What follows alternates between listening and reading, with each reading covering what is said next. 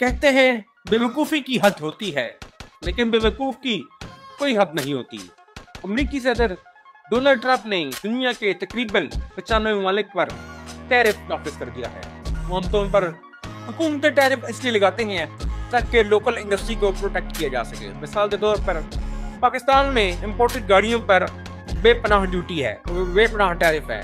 इसकी वजह यह है कि हुकूमत खुश होती है कि लोकल बनने वाली गाड़ियों को प्रोटेक्ट किया जाए और लोग बजाय इम्पोर्टेड गाड़ियाँ खरीदें या इम्पोर्टेड चीज़ें खरीदने के लोकल चीज़ों पर इन्हिसार करें।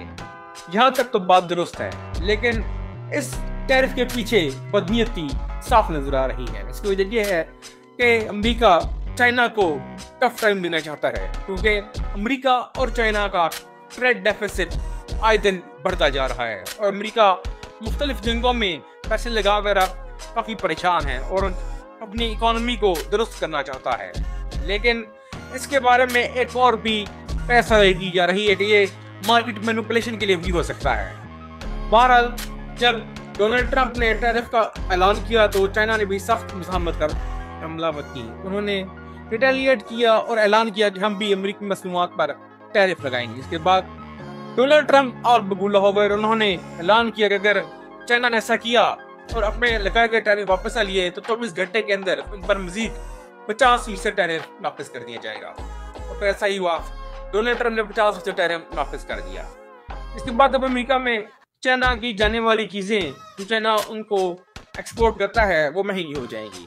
अमेरिका यही चाहता है कि उनका ट्रेड डेफिसिट किसी तरह कम हो।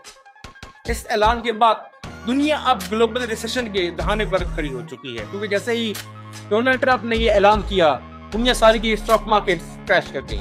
पाकिस्तान हो, जापान हो, चाइना हो या भारत, सारी स्टॉक मार्केट नीचे आ गई है। लोगों में खौफ व हरास फैल गया कि आगे क्या होगा। स्टीफन हॉकिंग ने दुरुस्त कहा था कि आने वाली जंगें किसी गोला बारूद या किसी हथियार से नहीं लड़ी जाएंगी, ये सिर्फ वसाइल पर कब्जा करने के लिए लड़ी जाएंगी। और बादी नज़र में ऐसा ही नजर आ रहा है कि शायद इस जंग का आगाज हो चुका है।